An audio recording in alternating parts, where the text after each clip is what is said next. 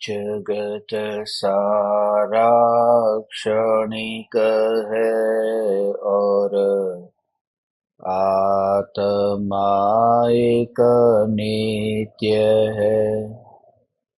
आत्मा का अनुभव बस एकमात्र नित्य है।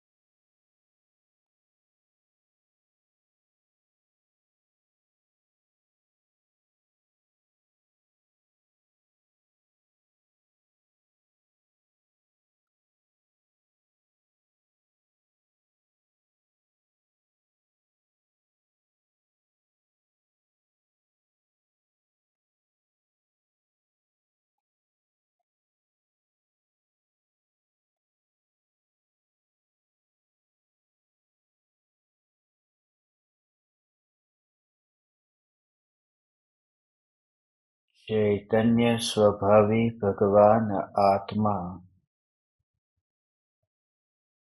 अनादि अनंत शुद्ध चैतन्य मात्र है। ज्ञान मात्र है।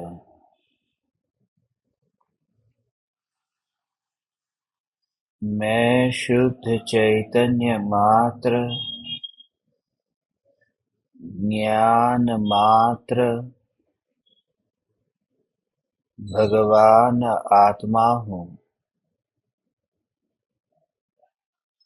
प्रति समय यह जागृति बनी रहे, इस जागृति का नाम धर्म है। देह की प्रत्येक क्रिया के काल में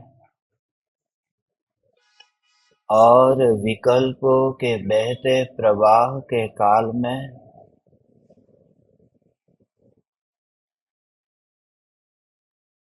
ज्ञानी को प्रति समय यह जागृति रहती है कि मैं त्रिकाल चैतन्य समयसार इस समय की सीमा में सिकुड़ता नहीं हूँ। मेरा अस्तित्व विराट है। मैं अनादि अनंत ऐसा ध्रुव सत्ता स्वरूप तत्व हूँ।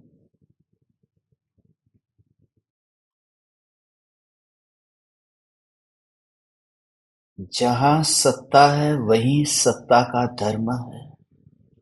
जहाँ वस्तु होती है वही वस्तु का धर्म होता है। तो मैं चैतन्य परमात्मा, मैं अपने स्वचतुष्टय में हूँ, स्वयं की सत्ता में हूँ। तो मेरा धर्म पर की सत्ता में कैसे फैला होगा? पर द्रव्य में मेरा धर्म कैसे होगा? ऐसा जानकर के ज्ञानी धर्मात्मा प्रति समय जागृत है कि देह की क्रिया में और विकल्पों के बहते प्रवाह में मेरा धर्म फैला नहीं है। परमात्मा को जब हाथ जोड़कर के भक्ति करते हैं तो भक्ति के भाव में भी जो फैला नहीं है, यह महावीर भगवान है। ऐसे क्षयोपशम ज्ञान में जो फैला नहीं है, ऐसा मेरा अनादि अनंत त्रिकाल अस्तित्व है। यह अस्तित्व जब विकल्प में और देह की क्रिया में नहीं जाता, तो फिर अत्यंत दूर ऐसी जो परमात्मा की प्रतिमा है, अत्यंत दूर ऐसा जो मंदिर है, अत्यंत दूर ऐसे जो दिवाली, जो तीर्थ, जो पहाड़ है, उनमें मेरा धर्म कैसे होगा? इस प्रकार से चैतन्य स्वरूप को पहचान करके ज्ञानी तीर्थों की यात्रा पर जाता तो है, मगर वहां ऐसे ही जाता है जैसे ज्ञानी दुकान पर जाता हो। दुकान पर जाता है धर्म मान करके नहीं जाता। इस भूमिका में इस प्रकार के ये भाव आए हैं। अंदर से इन भावों को, इन विकृतियों को अपने ज्ञान की धारा में देखता नहीं है, अत्यंत उदासीन रहता है। जैसे अज्ञानी को जो उछल कूद होती है कि आज समेत शिखर की यात्रा के लिए जाना है या फिर आज गिरनार जाना है, वहां जो पहाड़ है उस पहाड़ पर चढ़ने में, उस पहाड़ पर जाकर के धर्म होगा ये मानने में मजा आता है। मगर उस पहाड़ पर ही यदि निवास करने को कहे तो फिर बेचैनी होगी, क्योंकि सदा काल एक जगह पर जाकर के बंध गए। जैसे कभी कश्मीर घूमने गए, कभी स्विट्जरलैंड घूमने गए, ये नए नए जैसे पर्यटन स्थल घूमने के लिए जाते हैं, ऐसी ही हमारी तीर्थ यात्रा है। इस तीर्थ यात्रा में न जाने कितने प्राणियों को पीड़ा पहुंचाई है। इस तीर्थ यात्रा के दौरान गाड़ी से जाते समय न जाने कितने कीड़े मकोड़े को गाड़ी के नीचे मारा है, ये नजर के सामने दिखाई देता है। सुबह सुबह पहाड़ चढ़ना है, तलेटी से अब भगवान के दर्शन करने के लिए ऊपर चढ़ना है। पैरों के नीचे कितने जीव आकर के मरते होंगे, या फिर कहीं दूर ठहरे हैं, धर्मशाला कहीं दूर है, और गाड़ी से जाते समय गाड़ी के नीचे कितने जीव आके मरते हैं। अनगिनत जीव गाड़ी के नीचे मरते हैं, चींटी कीड़े मकोड़े। कहां देखने जाते हैं, और अंधेरा, और उसमें भी हम तो गहरी नींद में सो रहे हैं। ड्राइवर गाड़ी चला रहा है, जल्दी से जल्दी पहाड़ के पास पहुंचा देगा। भ्रम यह है कि मैं तीर्थ यात्रा करके कोई धर्म कर रहा हूं, मगर निष्पक्ष होकर के इस बात का यदि विचार करें तो इसमें धर्म का कहीं पर भी अंश नहीं पाया जाता। यहां पर हिंसा ही हिंसा है। फिर मन को मनाने की बात और है। फिर मन तो चालबाज है, आंखों के सामने दिखाई देता है, उस पाप को भी जाना होने पर भी अनजाना करना चाहता है, देखा होने पर भी अनदेखा करता है। क्योंकि ये विचार आ जाए कि यहां इतने जीव मर रहे हैं, पाप हो रहा है, हिंसा हो रही है, तो फिर भय लगता है फिर मेरे धर्म का क्या होगा। दूसरों के सामने मैं कैसे दिखाऊंगा कि मैं इतना धार्मिक हूं। इसलिए अज्ञानी वहीं पर ही अटकता है, अज्ञानी का धर्म भी वहीं पर ही अटक जाता है। यहां मुनिवर राम सिंह आज तीर्थ के बारे में हमें समझाते हैं। तीर्थ किसे कहते हैं, तीर्थ कहां है। घर में बैठे थे, इसलिए मन में ये विकल्प आया कि मैं वहां जाऊं, समेत शिखर जाऊं। कभी ये विचार आया जिनकी शादी हो जाती है, शादी के बाद हनीमून मनाने के लिए वे लोग कुल्लू मनाली जाते हैं या फिर नैनीताल जाते हैं।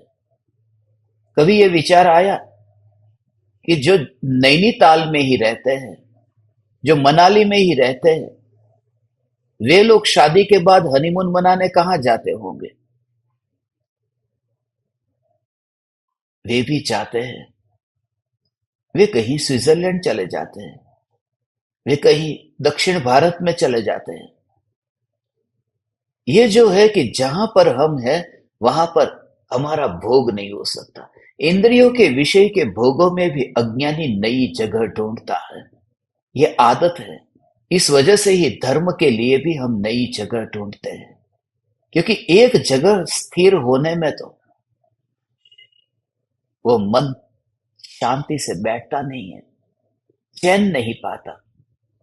मुनिवर राम से कहते हैं, एक सदगुरु के चरण पर बैठ जा। सदगुरु के अतिरिक्त कोई दूसरा तीर्थ इस जगत में उत्तम तीर्थ नहीं है, श्रेष्ठ तीर्थ नहीं है। जीता जागता तीर्थ यदि कोई है तो वह सदगुरु है, क्योंकि वहां पर तू उनके निकट बैठ करके यदि तेरी ये योग्यता ऐसी होगी तो वहां पर तुझे ये देह उतना ही दूर दिखाई देगा, वह अनुभव होगा। जैसे वनस्पति है, पश्चिम के देशों में, खास करके अमेरिका के वैज्ञानिकों ने लेबोरेटरी में ये बहुत प्रयोग किए कि दोनों पौधे को, जो यहाँ पर बीजारोपण किया है, पौधा अभी अंकुरित हुआ है, अभी अंकुर निकला है, और एक के पास मधुर संगीत सुनाया और दूसरे के पास में गंदी गंदी गालियां, कोलाहल। एक के पास में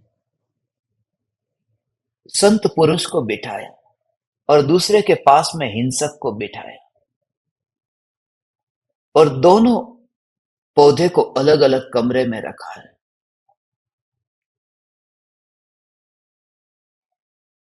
जिस पौधे के पास में ऐसा संगीत जिसकी स्पर्शना मात्र से, वह सुनता नहीं है, कान नहीं है पौधे को, मगर स्पर्शना मात्र से वह पौधा जो 1 महीने में विकसित होता, वह 15 दिन में हो गया।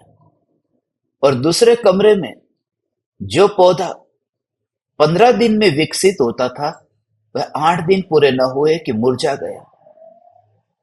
ये जो ध्वनि है, इस ध्वनि की स्पर्शना से, इस ध्वनि के स्पंदन से, एकेंद्रिय, जिसमें सुनने की शक्ति नहीं है, बाहर में इंद्रियों का योग नहीं है, फिर भी उसके योग में यदि इस प्रकार का वाणी का स्पंदन हो तो वहां पर भी कुछ अलग प्रकार का परिवर्तन होता है, क्योंकि वनस्पति में संवेदना है। जब तो ये तो पंचेंद्रिय जीव है, पंचेंद्रिय जीव यदि सदगुरु के निकट रहे और सब कुछ आग्रह छोड़ करके, अनुभव कुछ भी नहीं हुआ कि आत्मा क्या है, आत्मा की अनुभूति की बात बाद की है। सबसे पहले तो अपने अहम भाव को अलग करके बैठने को तो तैयार हो। सबसे पहले अपने आग्रह को छोड़ करके सुनने के लिए तो बैठे, सुने। मैं तो ये कहता हूं कि आग्रह को न भी छोड़े, कोई बात नहीं, न छोड़े आग्रह को, कम से कम आज सुने तो सही। जैसे मारीची ने सुना था, आदिनाथ भगवान का बोध सुना था, भले ही उसने आग्रह रखा, 363 मत की स्थापना की, वह सब चलेगा, मगर सुने। मुनिवर राम से यहां ये कहते हैं कि अज्ञानी मूढ़ तीर्थों की यात्रा करने पहुंच जाता है, उसमें एक पिकनिक हो जाती है, उसमें जलसा हो जाता है, मगर ज्ञानी पुरुष की संगति में जाकर के बैठने में अहंकार को झटका लगता है। पहाड़ है न, पहाड़ के साथ में तुम कैसे भी बर्ताव करो, पहाड़ कुछ भी नहीं कहेगा, मगर जीवंत पुरुष के पास में जाकर के बैठने में, जहां साक्षात तीर्थ है, क्योंकि बहुत सी बातें ऐसी है जो पहाड़ पर जाकर के भी समझ में नहीं आती। तीर्थंकर परमात्मा के रूप को देख करके जीव सम्यक दर्शन कैसे पाता है?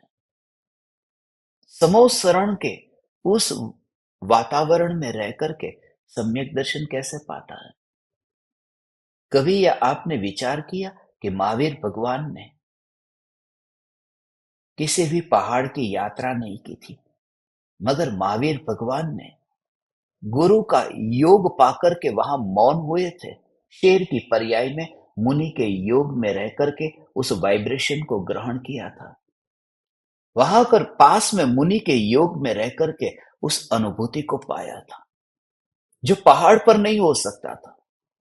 24 तीर्थंकरों में से सभी तीर्थंकरों की भूतकाल की जीवन की घटना को देखेंगे तो आपको सभी के जीवन की घटना में देखेगा कि कहीं ना कहीं पूर्व में उनके गुरु थे, गुरु के योग में थे, परमात्मा की वाणी सुनते थे, मुनिराज का उपदेश सुनते थे।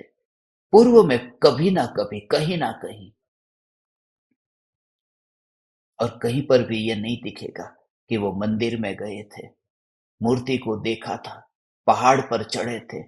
ये बात मेरी खुद की नहीं है, आगम के पन्ने तुम खोल के देख लो। तुम्हें व्यक्ति की दृष्टि से देखो तो मेरे प्रति विरोध हो सकता है, मगर आगम के प्रमाण ही तो देख लो।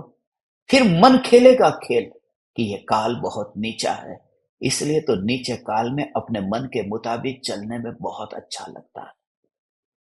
जो हर कदम कदम पर ज्ञानियों की वाणी और आगम को आगे रखते हैं, उनकी आंखें बंद क्यों हो जाती है? उन सत्य को जो आगम में लिखा है उसको पढ़ने से वे वंचित क्यों रह जाते हैं? क्यों मोह मोड़ लेते हैं कि प्रत्यक्ष सदगुरु की संगति से ही तो ये नैसर्गिक और अधिगमत सम्यक्तों के भेद गए हैं।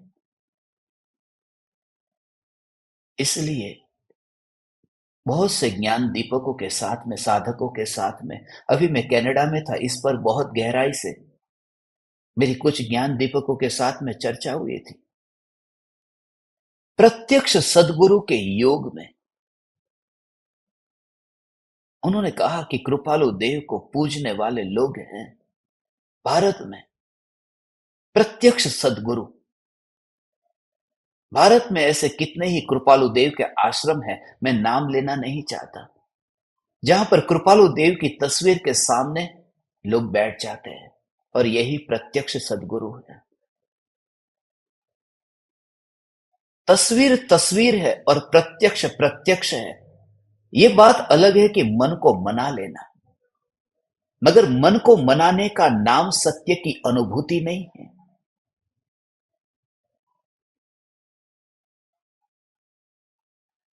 प्रत्यक्ष का अर्थ, क्योंकि वहां पर जो संवेदना होनी चाहिए वह संवेदना उस तस्वीर से न होगी। एक वाइब्रेशन आता है प्रत्यक्ष सदगुरु की संगति में रह करके, और यहां तक कि ये घर पर बैठ करके कैमरे के सामने वहां पर सुने। गुरुदेव का प्रवचन टीवी पर भी आता है, कंप्यूटर पर भी ऑनलाइन हम प्रवचन को सुन सकते हैं, मोबाइल में सुन सकते हैं, मगर वहां वह वाइब्रेशन नहीं आ सकता, वहां दूरी हो गई। इसी वजह से ही तो समूह शरण का जो माहौल है, जहां तीर्थंकर परमात्मा की दिव्य ध्वनि कीर्ति है, उस एरिया के अंदर वहां पर एक सिंह हिरण को क्यों नहीं मार करके खाता? जो सिंह थोड़ी देर पहले जंगल में था और कोई मुनि आत्मा का ध्यान करने बैठे थे, उस मुनि को फाड़ करके वहां मुनि के शरीर को चीर करके खाता, मगर यहां किसी मुनि को नहीं खाता, यहां बकरे को भी नहीं खाता, हिरण को भी नहीं खाता। ये समोसरण के उस एनवायरमेंट में, उस वातावरण में ये क्या हो जाता है? जो जीव अत्यंत भाव से भर करके ऐसा ऐसा महा महा महा पात्र जीव हो, वही तो वहां प्रवेश करता है, बाकी तो वही बाहर ही रुक जाते हैं। वो रुक भी जाएंगे, बाहर ही रुक जाएंगे। तो नाटक की मंडलियां वहां पर है, जहां पर नाटक देखने बैठ जाएंगे, वो समोसरण के अंदर नहीं जाएंगे, क्योंकि समोसरण के अंदर ऐसा कचरा नहीं जाता जो नाटक का रसिया हो। उसे भगवान की दिव्य ध्वनि सुनने के लिए अंदर एंट्री कोई रोकने वाला चौकीदार नहीं है। जैसे यहां पर ही एक सभा चल रही हो और जिसे फिल्म देखनी हो उसके लिए फिल्म बाहर रख दी, एक फिल्म का थिएटर बना दिया। थिएटर कि जहां पर लोग फिल्म देख सके। तो वो वहीं पर ही बैठ करके फिल्म देखने लगा। तो फिल्म का रसिया अब इस सभा में आकर के नहीं बैठेगा। इसलिए तो हम तुमने कभी विचार किया कि समोसरण में जाकर के अनंत बार आए? तब हमने वो जो नाटक की मंडली थी, वो नाटक का जो सभागृह था, उसको पार करके ही तो समोसरण गए थे। उसे तो पार कर दिया था, समोसरण में पहुंच गए थे, फिर भी कोरे रह गए, केवली आगळ रह गयो कोरो। तो इतना साहस तो आया था, मगर इतना पक्का है कि जिसके अंदर में चित्त में इतनी विकृति, पाप की विकृति इतनी भरी हो, वह समोसरण में जाने के लिए भी योग्य जीव नहीं है। ऐसे ही जिसके चित्त में इतना कचरा हो, विकार हो, अहंकार हो, चालबाजी हो, वह गुरु के योग में नहीं रह पाता। वो पास में रह करके भी दूर दूर जाएगा। बोलना अलग है, और गुरु की वाणी को अंतर में समझना, भाव से भीग करके अंतर में वो स्पर्श ना होना, वो बिल्कुल अलग बात है।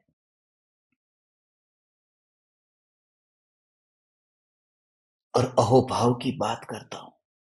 जहां अहोभाव है, वहां पर दूरी बर्दाश्त नहीं होगी।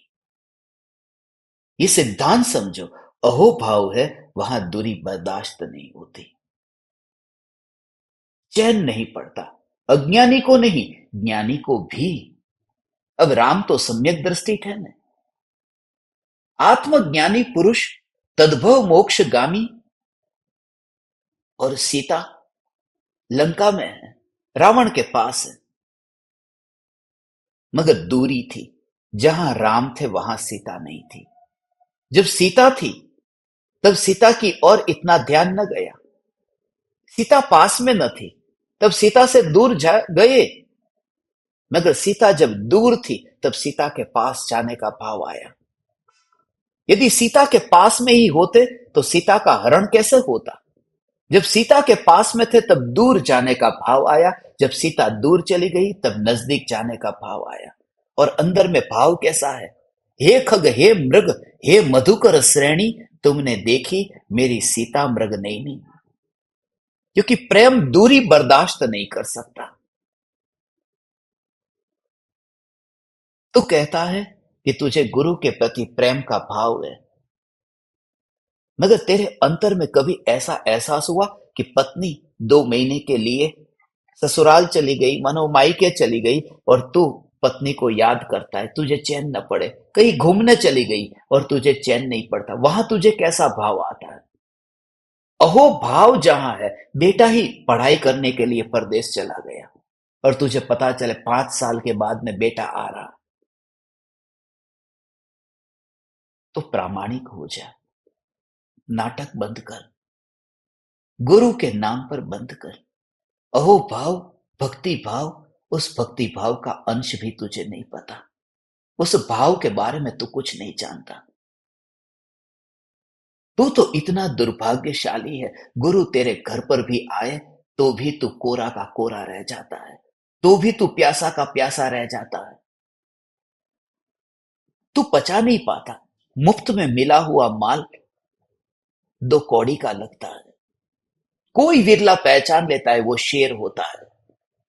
मांसाहारी भी पहचान लेता है, जानवर भी पहचान लेता है कि आकाश में से ये मुनिराज जो नीचे उतरे हैं, ये उतरे हुए मुनिराज ये मुफ्त में नहीं मिले हैं। ये पूर्व भव का जाति स्मरण ज्ञान हुआ। ये वाणी तो सुनी थी, हे जीव, तो 10 भव में तीर्थंकर होने वाला है। ये कार्य तेरे लिए शोभा नहीं देता। मांस खाना पंचेंद्रिय को, और इतना सुनकर के शेर को सम्यक दर्शन हुआ। नहीं, सिर्फ इतना नहीं था। मुनिराज ने उपदेश लिया था। मुनिराज ने उपदेश लिया था, वह मौन की भाषा थी। वहां वाइब्रेशन था। मुनिराज हर अंतर मुहूर्त में आत्मा के ध्यान में लीन होते हैं। उनकी परिणति में वितरागता ऐसी खिली हुई है, वे मुनि आत्मा के ध्यान में लीन हुए। और शेर ने यह सुना कि वह 10 भव के बाद में तीर्थंकर होने वाला है, और उसे सम्यक दर्शन हुआ ये सुन करके कि अरे मैं ये क्या कर रहा हूं, मैं ये पाप कर रहा हूं। और शेर को सम्यक दर्शन हुआ, उसने मांस खाना छोड़ दिया। ये बात झूठी है। असली बात जो है वो यह है कि सुना 10 भव के बाद मैं तीर्थंकर होने वाला हूं, मगर तीर्थंकर प्रकृति जिस न्यायक को स्पर्श नहीं करती, यह न्यायक देव मैं हूं। मैं तीर्थंकर नहीं हो सकता क्योंकि जड़ प्रकृति रूप न्यायक परिणमित नहीं हो सकता। तीर्थंकर प्रकृति जिस राग के भाव से बंधती है, जो 10 भव बाद तीर्थंकर होगा, वो तीर्थंकर प्रकृति जिस भाव से बंधती है, वो भाव पाप के उदय का परिणाम है। वहां धर्म कहां? ये तीर्थंकर होकर तू 10 भव के बाद में तीर्थंकर होगा। 10 भव के बाद में तू सोने की जंजीरों से ऐसा बंधा जाएगा। ये सुनकर के कोई आत्मज्ञान पाता है तो 10 भव के बाद में तीर्थंकर तो होगा, मगर उस तीर्थंकर प्रकृति में भी, उस कर्म के बंधन में भी केवल ज्ञान मुक्त रूप से लोकालोक को जानेगा। केवल ज्ञान उस तीर्थंकर प्रकृति के बंध में बंधेगा नहीं, केवल ज्ञान मुक्त होगा, तीर्थंकर प्रकृति का बंध हुआ होगा। तीर्थंकर प्रकृति की तो हथकड़ी होगी, हथकड़ी होगी। फूल को तो तुमने हथकड़ी से बांधा होगा, मगर उसकी खुशबू फैलती होगी चारों ओर। तीर्थंकर प्रकृति बंधी होगी, मगर केवल ज्ञान से लोकालोक जानने में आएगा। और उस लोकालोक के ज्ञान में प्रतिबिंबित होने के काल में भी जिस पर से तेरा ध्यान न हटेगा, वह जो अनादि अनंत ध्रुवता है, हे श्री तू सिंह नहीं है, तू वह ध्रुव है। और वह भाव उसको वाइब्रेशन से पकड़ में आ गया और शेर को डुबकी लग गई और वह देहातीत हो गया। हे चैतन्य परमात्मा, ओ ओ ओ ओ ओ ओ, ये ज्ञान, न्याय न्याय न्याय न्याय। वो अंतर में तब डुबकी लगी, तब मुनि को देखा नहीं, तब मुनि कहाँ है पता नहीं। और तब जो पाया, तब जो पाया वह सत्य, वह मुनि का आदर कर दिया। हे ज्ञान दीपक, तो बहुत स्वच्छंदी हो रहा है। इसलिए मुनिवर राम से यहां पर यह कहते हैं, दोनों को साथ में बताया, दोनों को साथ में, कि तू न्यायक भी है और तू गुरु की भक्ति भी कर। आज जो 80 नंबर का दोहा है वो इसी पर ही है। तो तीर्थ की यात्रा पर तो बहुत गया, बहुत गया, मगर कभी तुझे ये भाव आया? तू धोखा देना बंद कर, तू अपने साथ में बहुत बड़ी माया करता है। और इस माया की वजह से प्रवचन जब तू सुनता है, ये जूम पर सुनता है, यूट्यूब पर सुनता है, भाव आता है, अटकना कहाँ होता है? वो कुटिलता जो है वह अनुभूति से वंचित करती है। बीच में वह कुटिलता आती है, वो रस नहीं लेने देती। वो रसगुल्ले के साथ में वो बाल की तरह वो खटकता है, वो कुटिलता खटकती है और सब समझ में आ रहा है, फिर भी नहीं हो पा रहा। शरीर में शक्ति न हो तो गुरु की संगति में न जा सके, कोई बात नहीं, मगर तू पहाड़ पर चढ़ सकता है तो गुरु के योग में आकर के बैठने का भाव तुझे क्यों नहीं आता? और ये सब ज्ञान दीपक विचार करना, प्रत्यक्ष प्रत्यक्ष है। प्रत्यक्ष में जो बैठ करके अनुभव से वंचित रहे तो उससे बड़ा मूढ़ और कोई नहीं। साक्षात वाणी वहां पर मिलती थी और वहां पर वह जो अनुभव उस प्रकार का उस भाव का, जैसे समोसरण का वातावरण है, जैसे शेर के आसपास में वह वातावरण तैयार हुआ है, वो उसी प्रकार का, वो दशा भी वहीं पर ही होती है। कभी आपने विचार किया कि ऊर्ध्वलोक में वहां पर मुनि धर्म क्यों नहीं होता? अधोलोक में मुनि धर्म क्यों नहीं होता? मध्यलोक में होता है, और मध्यलोक में भी आर्य खंड में, म्लेच्छ खंड में क्यों नहीं होता? ये क्यों नहीं होता? उस समय क्या हो जाता है? पंचम काल में क्यों नहीं होता? चौथे काल में होता है।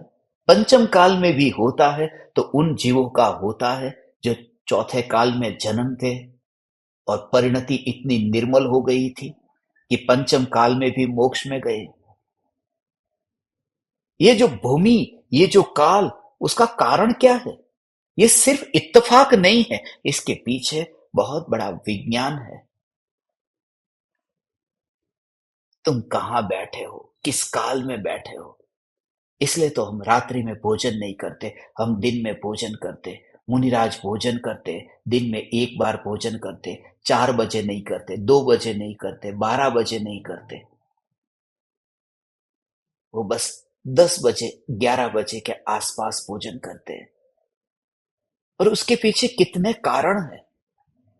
सुबह सुबह नहीं चले जाते कि 9 बजे चलो चले जाए, क्योंकि 9 बजे जैसे चले जाए, जो आहार दान देने वाला है उसकी तो प्रतिज्ञा है कि देव दर्शन करके मुनि को आहार दान दे, और वो घर पे मिलेगा नहीं। मुनि आहार के लिए जाए तो वो घर पे नहीं मिलेगा। और फिर 12-1 बजे भी नहीं जाएंगे, क्योंकि वो इतना प्रतिज्ञा वाला है कि मुनि को आहार देने के बाद में वह खुद आहार लेगा। वही काल क्यों चुना? उसका कारण सामयिक का काल है। 3 समय का, तीनों टाइम तीर्थंकर भगवान की दिव्य ध्वनि सुबह के समय ही क्यों खिलती है, संध्या काल के समय क्यों खिलती है, दोपहर में क्यों खिलती है, 3 बजे, 4 बजे, ऐसे सब जगह क्यों नहीं? क्योंकि वो ट्रांसफॉर्मेशन के लिए ये वाणी है। उस समय माहौल ऐसा होता है। आज सुबह ध्यान के प्रयोग के बाद में वही अनुभूति हुई। मैं जल्द से जल्द अभी आपको वह ध्यान का प्रयोग भेजता हूं यूट्यूब पर, सुनना। क्योंकि उस समय सूर्योदय हुआ है, उस समय वहां प्रकृति में परिवर्तन हुआ है, काली अंधेरी रात दूर हुई और वहां का माहौल चेंज हुआ। उस वजह से ही जहां उसी प्रकार के जीव, उसी प्रकार के वाइब्रेशन होते हैं, ग्रहण कौन कर पाता है? कोई ही जीव उसे ग्रहण कर पाता है। सभी सिद्ध परमात्मा लोक के अग्रभाग पर ही क्यों विराजमान हुए? शुद्ध हो गए, जहां थे वहीं पड़े रहते। वो उसी जगह पर क्यों सर्वोच्च हो, अतएव बसते लोक के उस शिखर रे। वो लोक के उस शिखर पर जाकर के विराजमान हुए, समश्रेणी विराजमान हुए। ये संसारियों की पैरों से और सिद्धों की सिरों से समानता क्यों है? ये प्रकृति की इस प्रकार की व्यवस्था क्यों? क्योंकि हीनता में जो भी जाएगा वो एक लेवल का हीन है, इससे नीचा कुछ नहीं था। जब जमीन पर चलते हैं तो पृथ्वी पर चलते, इससे नीचा और क्या था? जितना था उतना हो सका, उतना गिर गया। और ऊपर गए तो उससे ऊंचा और कुछ नहीं था, तो लोकाग्र शिखर पर लटक गए। ऐसे ही प्रत्यक्ष सद्गुरु की संगति में कोई बैठ करके उस रसपान को, उस अनुभूति को उपलब्ध होता है। हे ज्ञान दीपक, इस काल में ऐसे सद्गुरु का दर्शन दुर्लभ है, मगर हम ढूंढेंगे। हम स्वच्छंदी नहीं होंगे। ओडिशा जा रहे हैं, छत्तीसगढ़ जा रहे हैं, वहां पर मैंने बहुत सी जगह ऐसी जानी है कि जिस जगह पर मुझे ऐसा लगता है कि कहीं कोई संत मिल जाएंगे। हम जाएंगे ज्ञान दीपकों के साथ में, उड़ीसा में, छत्तीसगढ़ में, जहां जहां वो सिद्ध क्षेत्र, उदयगिरी, खंडगिरी, उसके आसपास हम स्वच्छंदी नहीं होंगे, जहां ये योग मिलता है। इसलिए मैंने ज्ञान दीपकों को तो यहां तक कहा था, तुम गजपंथा आओ, जो समेत शिखर तक ऊपर तक जाता है। ये ड्रामा करने के लिए शिखर जी तक ऊपर तक जाता है, वो गजपंथा तक यहाँ पास में आकर के 1 घंटे बुलाता हूं। मैंने बहुत से ज्ञान दीपकों की कसौटी की कि पास में आकर के थोड़ी देर बैठ, एक दिन आ जा तू। किसी की शादी हो वहां भटकेगा, किसी की बर्थडे पार्टी हो वहां भटकेगा। मैं कसौटी करता हूं, तो स्वच्छंदी इसी के लिए स्वच्छंदी क्यों पाने से वंचित रहता है। और मेरा तो आप परमात्मा के प्रति इतना अंतर से प्रेम है, इस वजह से आपको ये कहता हूं, क्योंकि तू सुनकर के भी क्यों अधूरा रह जाता है। कहीं ना कहीं तेरे अंदर में कुटिलता है, माया परी पड़ी है, मछली में जाने की तू तैयारी कर रहा है। हे चैतन्य परमात्मा, सदा काल तू जागृत रहे। जब भी तुझे मौका मिले उस मौके को मत गवा। मध्य प्रदेश में भी, मुझे पता नहीं है कौन सी जगह, मगर चित्रकूट के आसपास भी मुझे जाना है। आज रात्रि में मैं उसके बारे में आपको बताऊंगा कि भावलिंगी मुनि, साधु संत कहां कहां विचरण करते हैं और हम खोजने उन्हें क्यों नहीं निकलते। हाँ, यदि मैं घूमने के लिए नहीं चाहता, एक और से मुझे पूरी दुनिया घूमने का भाव आता है। और जब गुरु की बात आती है तब मैं स्वच्छंदी होता हूं, तो कहीं ना कहीं मैं माया कर रहा हूं।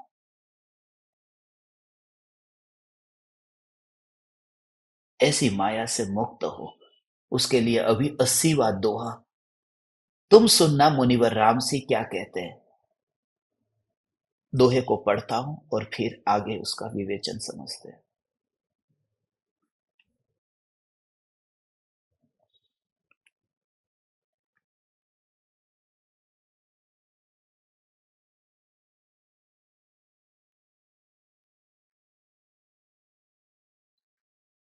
ताम कुतिथयिम परिभमयिम धुत्तिम ताम करन्ति गुरुहुं पसायेम जामणवी देहहम देवो मुणन्ति। लोक कुतीर्थ में तभी तक परिभ्रमण करते हैं और तभी तक धूर्तता करते हैं जब तक वे गुरु के प्रसाद से देह में ही रहे हुए देव को नहीं जान लेते। तब तक भटकते हैं जब तक देह में ही देवालय में ही देव को नहीं देख लेते। वो भाव तीर्थों में जाकर के धूर्तता करते हैं।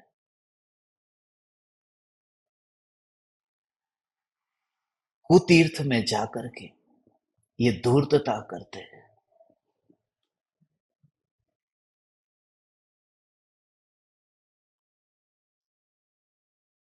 लुटाते रहते हैं।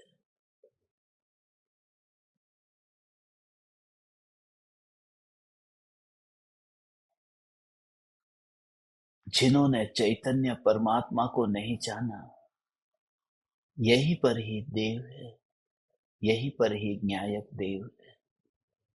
मैं ही न्यायक देव, मैं ही न्यायक देव। कभी इस प्रकार से जितना मंदिर दूर है, बस उतना ज्यादा अधिक रस आता है। समेत शिखर बहुत दूर है हमारे लिए, मगर जो बिहार में रहते हैं, जो झारखंड में रहते हैं, उन्हें पूछो समेत शिखर की महिमा कितनी है।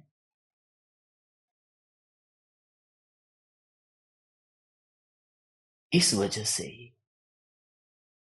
जब नेमिचंद्र आचार्य ने चामुंडराय राजा को बोध दिया था, उस समय दक्षिण भारत में जो अभी बाहुबली मुनिराज की जो प्रतिमा है, 57 फुट की प्रतिमा जो है, उसकी जरूरत क्या पड़ी। उसका मूल कारण ये था कि दक्षिण भारत से लोग यात्रा करने के लिए समेत शिखर जाते थे, कैलाश जाते थे। गिरनार आते थे। मगर उत्तर भारत के लोग यदि दक्षिण भारत में जाए तो कोई तीर्थ नहीं था। और मनुष्य को अंदर में ऐसा भाव भरा है कि जितना दूर दूर की यात्रा करने जाओ उतना ज्यादा धर्म होगा।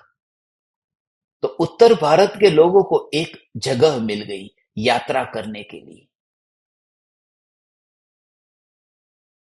और वहां बाहुबली मुनिराज की प्रतिमा विराजमान हुई। आज लोग जाते हैं, मगर वहां के लोगों को उसकी कोई महिमा नहीं है। दूर दूर से लोग जाते हैं, और जहां पर नजदीक जाने पर महिमा खत्म हो जाती हो, वो सच्ची भक्ति ही नहीं है। न्यायक तो ऐसा है कि जिसके अंतर में अभेद होने पर ये भक्ति खत्म नहीं होती, अनंत काल के लिए वहीं पर ही समा जाता है। कल एक सत्संग हो रहा था, एक साधक गजपंथा में मुझे मिलने के लिए आया। पति पत्नी दोनों थे। जब मैं उन्हें बोध दे रहा था, बहुत गहरी, ये देहातीत अनुभूति की चर्चा चल रही थी गजपंथा के पहाड़ पर।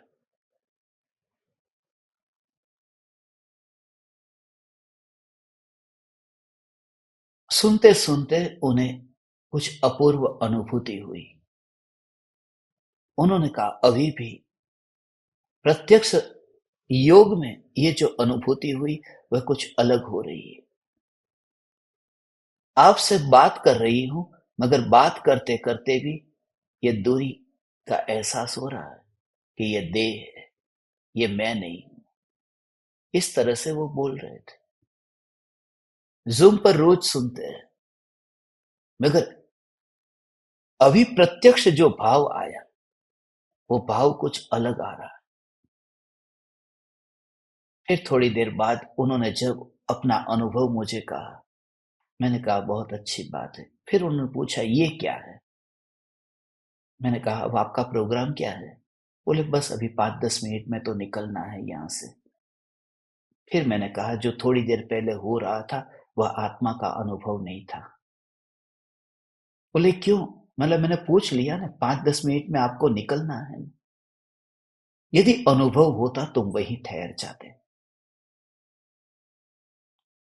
अनादि काल की कभी न हुई अनुभूति जब हो, तब वह दशा ऐसी होती है, वहीं पर ही ठहर जाता है, वही तीर्थ बन जाता है। मैं स्वयं तीर्थ हूं। तुम आओ या न आओ, मैं स्वयं तीर्थ हूं। मैं स्वयं तीर्थ हूं, तुम आओ या न आओ, ये तुम्हारे पर है। मैं तो जो हूं सो हूं। मैं जो हूं सो हूं। मैं जो हूं सो हूं। मैं स्वयं तीर्थ हूं। ये मैं तुमसे नहीं कह रहा कि हे ज्ञान दीपक तुम मेरे पास आओ या फिर न आओ। मैं तुमसे नहीं कह रहा हूं। ये जो निरंतर बहती पर्याय है, निरंतर परिणमित होते परिणाम है, यह जो उपयोग है, जो पर को जानता हुआ ये निरंतर पलट रहा है, ये उपयोग तू मेरी ओर मुख करे या न करे, तू मुझे देखे या न देखे, मैं जो हूं सो हूं। मैं तीर्थ हूं। मैं स्वयं तीर्थंकर हूं। कर हूं। कर माने मैं करता नहीं हूं। तीर्थंकर परमात्मा कोई किसी का भला करते थोड़ी है। वो तो शब्द तीर्थंकर है। वो तीर्थ की रचना करने वाले। तीर्थ की रचना होती है। तीर्थ की रचना किससे होती है? उसका परिणमन जिससे हुआ है, बस वही तीर्थ है। वह तीर्थ है जिसमें वह परिणमन हुआ है। वह रचना जो हुई है, उस रचना में कौन है? बस वही तो है। यही तो न्यायक है। जैसे चित्र बना है, तो चित्र में जो फैले हुए जो रंग है, ये रचना में कौन फैला है? कि वो रंग ही तो फैले हुए हैं। वो रचना है, उस रचना में रंग ही फैले हुए हैं। शेर का चित्र बनाया, मगर शेर के चित्र में न शेर है, न शेर के कोई अंग है। उस शेर की रचना तो हुई ना वहां, वो चित्र में रचना हुई, तो वह शेर तो नहीं है, मगर जो भी रचना हुई है, उस रचना में रंग ही तो रंग फैले हैं। रंग का ही तो वो फैलाव है। ऐसे ही ये ज्ञान की रचना होती है। ये यहाँ ज्ञान में नहीं है, मगर जो ज्ञान की रचना हो रही है, उस रचना का रचयिता कौन है? वही ये अरूपी परमात्मा है। वही तो परिणमित हो रहा है। जो तीर्थ की रचना करता है, जो ज्ञान की रचना करता है, वही तीर्थंकर है। हे आ, यही तो तीर्थंकर है। यही तो मैं हूं। मैं चैतन्य चैतन्य चैतन्य चैतन्य चैतन्य चैतन्य चैतन्य। अपने में ही रचना हो रही है।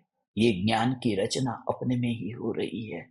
अपने में ही हो रही है। और ये ध्रुवता उस रूप परिणमित हो रही है। माने उस पर्याय के परिणमन में कौन द्रव्य ही तो परिणमित हुआ। कोई पराया वहां आकर के मिला नहीं। कोई राग नहीं, कोई द्वेष नहीं। वो जो कैनवास है, वो वहां पर चित्र रूप परिणमित नहीं हुआ है। उसके ऊपर चित्र दिखाई देता है, मगर जो दिखाई देता है, वह जो दिखाई देता है, वह तो रंग है। वह कैनवास नहीं है, वो रंग है। ऐसे ही ये देह है। यह देह का अनुभव नहीं है। ये ज्ञान की जो रचना हो रही है, वही अनुभव में आ रही है। और यहीं पर ही, जब ये देह रूपी देवल में ही ये परमात्मा दिखाई दे, तब फिर कहीं भटकने के लिए चाहता ही नहीं है। फिर कौन से तीर्थ पर जाऊं? इसलिए मैं तीर्थ पर नहीं चाहता। मैं तीर्थ पर नहीं चाहता, क्योंकि जाने के लिए कहाँ जाए? वो जो चित्र में बना हुआ शेर, वो शेर, वो शिकार करने कहाँ जाएगा? वहां जो कुछ भी है, वहां शेर कहाँ है? वहां तो रंग है। रंग का विस्तार है। शेर कहाँ है? शेर हो तो शेर जाए। तो ये जो विकल्प है, मैं भगवान के दर्शन करने जाऊं, ये शेर है। मगर यहाँ शेर नहीं है। यहाँ तो वो भगवान के दर्शन करने जाने वाला जो शेर है, माने वो विकल्प है। यहाँ तो ज्ञान की रचना होती है। यहाँ रंग है, यहाँ शेर नहीं है। शेर घूम फिर सकता है, विकल्प का परिभ्रमण होता है। ज्ञान की रचना का परिभ्रमण नहीं होता। यहाँ तो रचना होती है, परिभ्रमण नहीं होता है, परिणमन होता है। ओ ओ ओ ओ ओ ओ ओ ओ ओ ओ ओ ओ विकल्प भटकते हैं। ज्ञान भटकता नहीं है, ज्ञान पलटता है। भटकना अलग है, पलटना अलग है।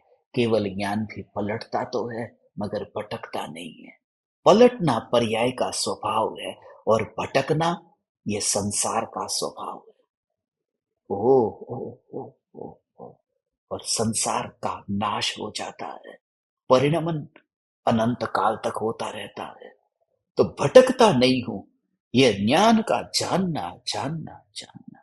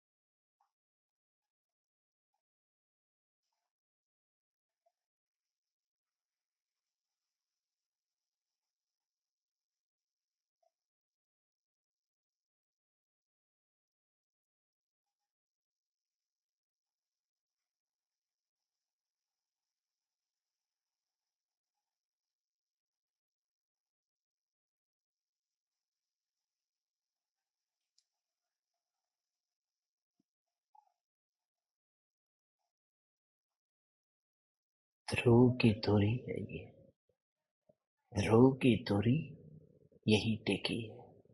परिणमन अपनी मर्यादा में होता है तो भटकता नहीं। जैसे पंखा घूमता है, मगर घूम करके भी वह पंखा कहीं पहुंच नहीं जाता। वर्तुलाकार घूम रहा है ना, पंखा कहीं पहुंचता नहीं, घूमता रहता है। सूरज चांद ये वर्तुलाकार घूमते हैं।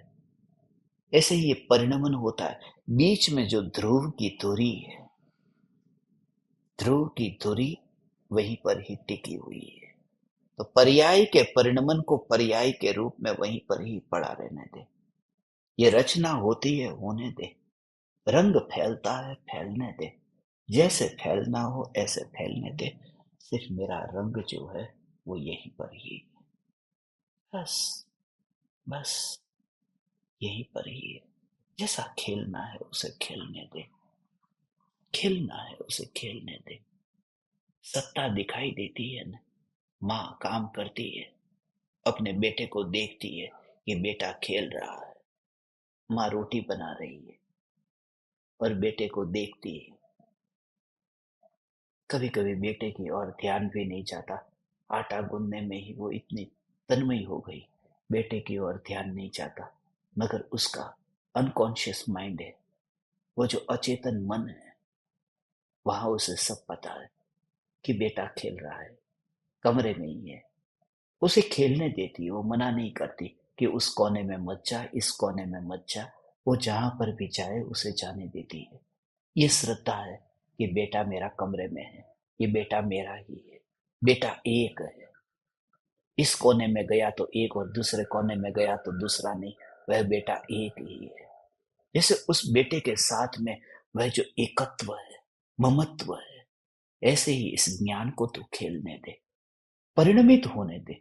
जैसा पलट रहा है पलटने दे, पलटने दे। जो भी जानना जानना जानना जानना जानना ऐसे ही होता है। बस उसमें तू अपने विकल्पों को जोड़ करके उसमें छेड़खानी मत कर। ये ज्ञान निर्दोष है। इस ज्ञान पर थोड़ी श्रद्धा रख। तुझे तेरी पत्नी पर श्रद्धा नहीं है, तुझे तेरे बेटे पर श्रद्धा नहीं है, तुझे पति पर श्रद्धा नहीं है, वो चलेगा। तो इस ज्ञान पर इतनी श्रद्धा रख, ये कितना भी भागेगा वह अपने ज्ञान की सीमा से बाहर नहीं जाएगा। इसलिए तू खेलने दे, जबरदस्ती मत कर कि मैं ज्ञान को उधर न जाने दो, उधर न जाने दो। जैसे ज्ञान पलट रहा है, बस कोई रचना का लोभ छोड़ दे। ज्ञान की रचना ऐसे ही होनी चाहिए। मुझे रस नहीं है। हाँ, ये ज्ञान है ना, बस यही तो मैं हूं। ऐसा जब भाव से जब तुझे अंतर में अनुभव होगा ना कि ज्ञान है ना, तो उतनी अंतर की गहराई में फिर ये देह जो है तो भगवान उसी समय अनुभव करेगा। सिद्ध हूं, सिद्ध हूं। ओ हो, बहुत इसके सूक्ष्म भाव है। समझे कोई सौभाग्यशाली जीव इस भाव को समझेगा। मुनिवर राम सिंह यहाँ यही कहते हैं, कितना कहो। खुद तीर्थ में लोग वही वहां तब तक ही भटकते हैं जब तक वे स्वयं को देह रूपी देवालय से अलग नहीं जान लेते। अब मंदिर का रस नहीं रहा है। जितना अंदर से मन उछलता है, अरे जिनेंद्र भगवान की जय हो, भाव आता है।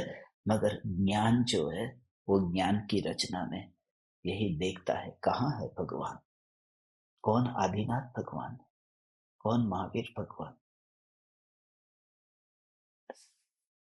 ये कुछ जीवों को ही ये समझ में आता है। आत्म सिद्धि शास्त्र मिशन पूरा हुआ न, उसके बाद में एक ही भाव आया था, वो जो 142 ज्ञान दीपक प्रज्वलन का वो जो भाव आया। हजारों लोग सब जगह पूरी दुनिया भर में लोगों ने सुना। भारत देश के दिगंबर श्वेतांबर सब मंदिरों में इतना परिभ्रमण किया, भटके हैं यहां से वहां सब जगह। हजारों लोगों से मिलना होगा।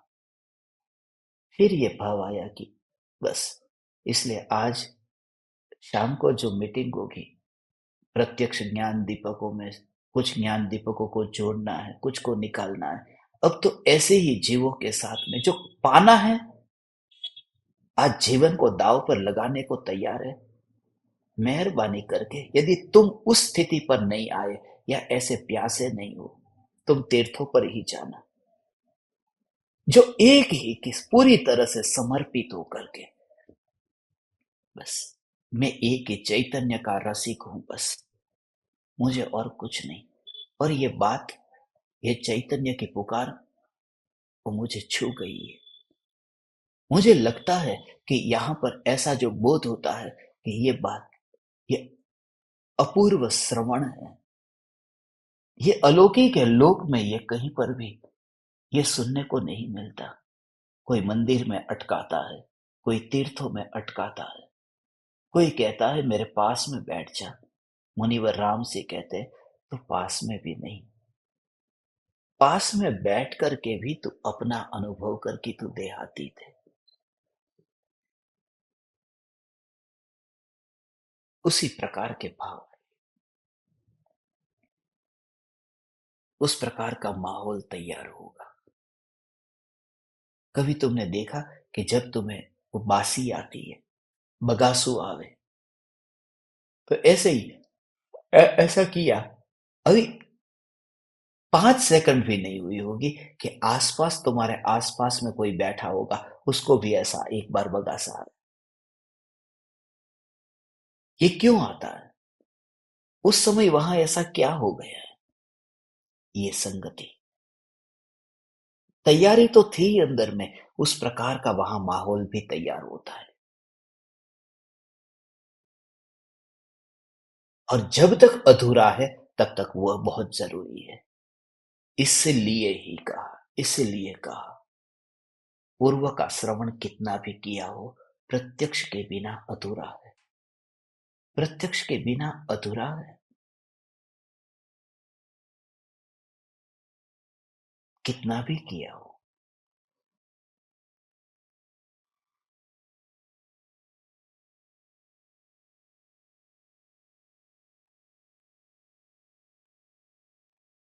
नहीं तो रावण के पास में सीता क्यों चाहते? नरक में, स्वर्ग में से वहां पर बोध देने के लिए क्यों चाहते?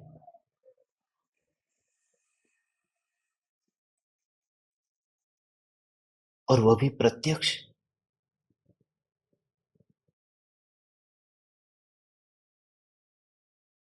इसे कोई सुपात्र जीव समझेगा। मुनिवर राम से ये कहते हैं कि तू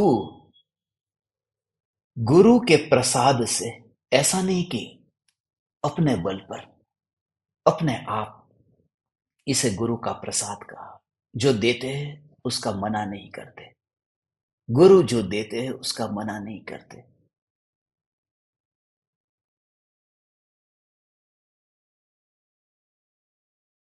कल मैं उन साधकों के साथ में भोजन करने बैठा था। मैंने सहज ही उनको पूछ लिया, आप थोड़ी सब्जी ले लो। मेरी कटोरी में थोड़ी सब्जी ज्यादा थी, मैंने उनको पूछ लिया। उन्होंने कहा नहीं नहीं नहीं। फिर वो सब्जी मैंने ले ली, कटोरी खाली कर दी। कटोरी खाली करने के बाद में उन्होंने रोटी से उस कटोरी के अंदर थोड़ी थोड़ी सब्जी जो चिपकी थी उसे पौंछ करके ले ली।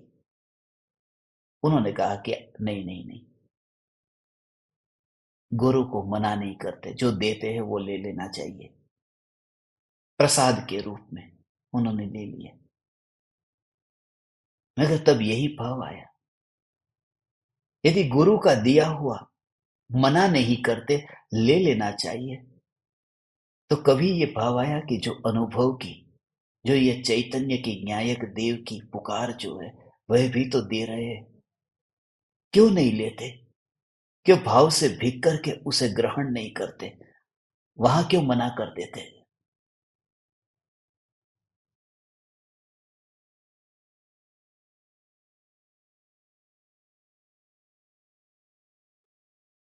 शिष्य के हृदय में गुरु के प्रति अहोभाव हो, मगर गुरु के हृदय में शिष्य के प्रति अहोभाव हो, यह महाभाग्य से ही हो सकता है। शिष्य तो गुरु को बहुत याद करेगा, मगर गुरु भी शिष्य को याद करे। शिष्य तो गुरु के द्वार पर जाए, उसमें बड़ी बात नहीं है, मगर गुरु जब शिष्य के द्वार पर जाए, यह महाभाग्य होता है। कभी ये मौका मिले तो गवाना मत। फिर से कहता हूं, ये मौका मिले गवाना मत।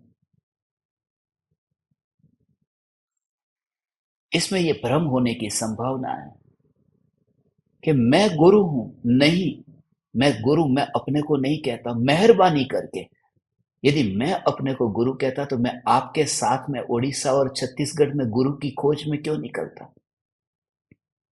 मैं ये कहना चाहता हूं, हम सब साथ में हैं।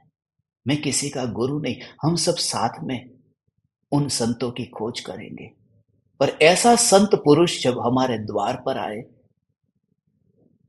तो दरवाजे बंद मत करना।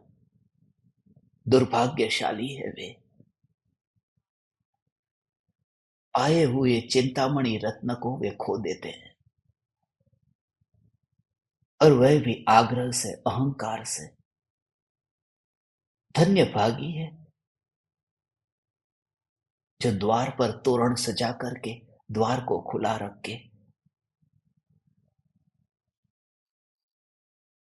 दोनों हाथों को फैला करके स्वागत के लिए तैयार रहते। तुम्हें कुछ भी नहीं करना, तुम खाली द्वार खुला रखो। सूर्य उदित होता है, सूर्य की रोशनी तुम्हारे घर पे अंदर आ ही जाएगी। तुम्हें पकड़ना भी न पड़ेगा, तुम्हें निमंत्रण भी न देना पड़ेगा, सिर्फ तुम अपने द्वार खुले रखो। आग्रह और अहंकार के कारण द्वार को बंद रखा है। अपना प्रयोजन, ऐसे बहुत से जीव है, आग्रह के कारण, अपनी असंयमित वाणी के कारण, व्यर्थ की अप्रयोजनभूत बकवास के कारण, इस वाणी को, ऐसे योग को पाकर के छूट गए। ज्ञान दीपक की लिस्ट में उनका नाम था, निकाल दिया। क्योंकि प्रयोजन से बाहर जब तुम भटकोगे तो बस एक ही, इसलिए काम एक आत्मार्थन, मुझे मेरे आत्मा का हित करना है और इस सत्संग का पूरी तरह से मुझे सदुपयोग करके अंदर में रस पीना है। हे चैतन्य परमात्मा, गुरु के प्रसाद से ये हमें मिला है, यही तो गुरु का प्रसाद है।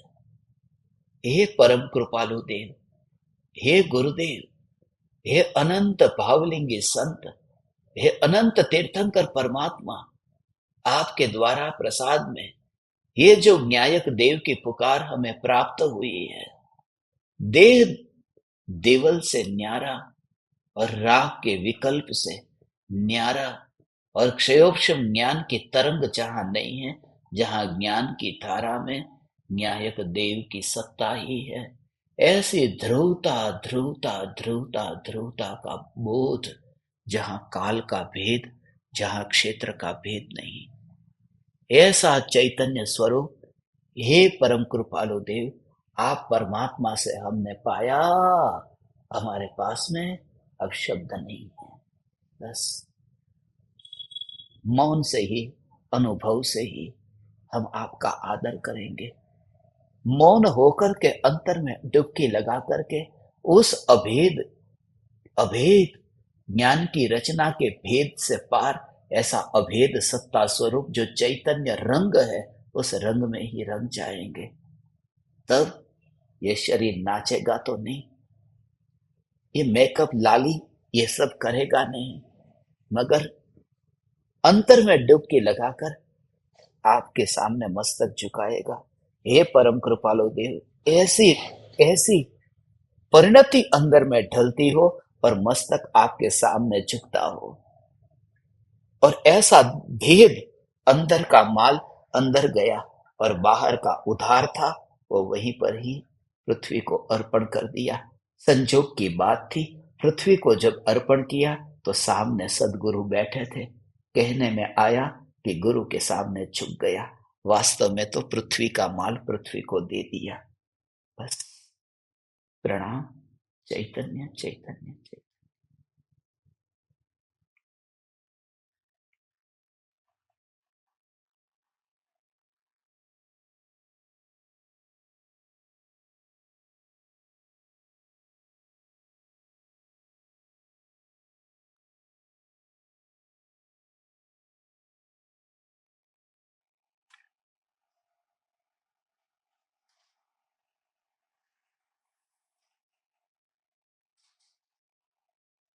अहो अहो श्री सद्गुरु करुणा सिंधु अपार, इस पामर पर प्रभु किया आहो आहो उपकार, आहो आहो उपकार। देह सहित जिनकी दशा, वरते दे